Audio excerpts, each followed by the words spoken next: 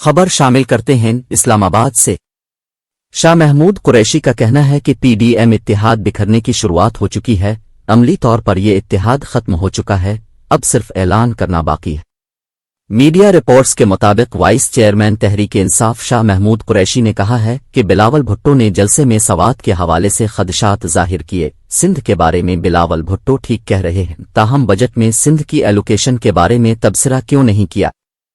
آزاد کشمیر کے وزراء الیکشن میں ٹھپے لگنے کا اعتراض اٹھا رہے ہیں، کیوں نہیں پیپلز پارٹی اور نون لیگ فیصلہ کرتی پی ڈی ایم کے اتحاد کو برقرار رکھنا نہیں؟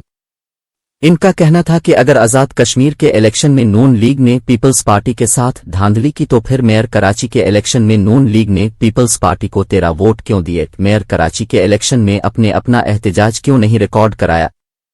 شاہ محمود قریشی نے کہا کہ میرے کلپس اور انٹرویوز موجود ہیں، میں نے کہا تھا پی ڈی ایم کا اتحاد بکھر رہا ہے، کل سے اس کی شروعات ہو چکی ہے، ابھی تو بجٹ پر ووٹنگ ہونا باقی ہے، ہم ہر حلقے میں امیدوار تیار کر رہے ہیں، ہر کسی کو اپنے امیدوار تلاش کرنے کا حق ہے۔